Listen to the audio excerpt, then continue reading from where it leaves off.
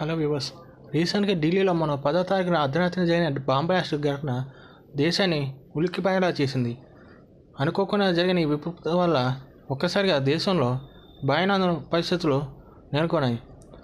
అలాంటి పరిస్థితుల్లో ఢిల్లీతో పాటు ఎన్ఐఏ ఆఫీసులు కూడా రంగంలో దిగి శాంతి భద్రతలకి లోటు లేకుండా చూసుకున్నారు. అలానే ఆ బ్లాస్ట్లో గాయపడ్డ వాళ్ళని నరేంద్ర మోడీ ఇప్పుడే రీసెంట్గా హాస్పిటల్లో విజిట్ అయ్యి వాళ్ళ మంచి చెడు అడిగి వస్తున్నారు.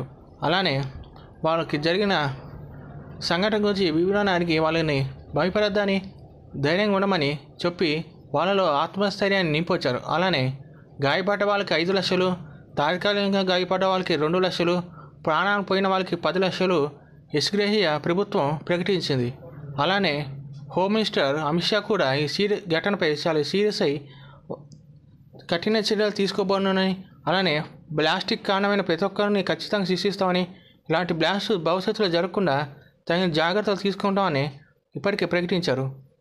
అలానే ఈ బ్లాస్ట్కి కారణమైన వ్యక్తి కూడా ఆ బ్లాస్ట్లో మరణించారని, అది బ్లాస్ట్ కూడా ప్లాన్గా జరిగింది కాదని, ఒక యాక్సిడెంట్గా బ్లాస్ట్ అయ్యి అక్కడే పేలిపోయిందని, అది కావాల్సిన స్పాట్ కాదని ఇప్పటికే ఎన్ఐఏ వాళ్ళు సమాచారం ఇచ్చిన విషయం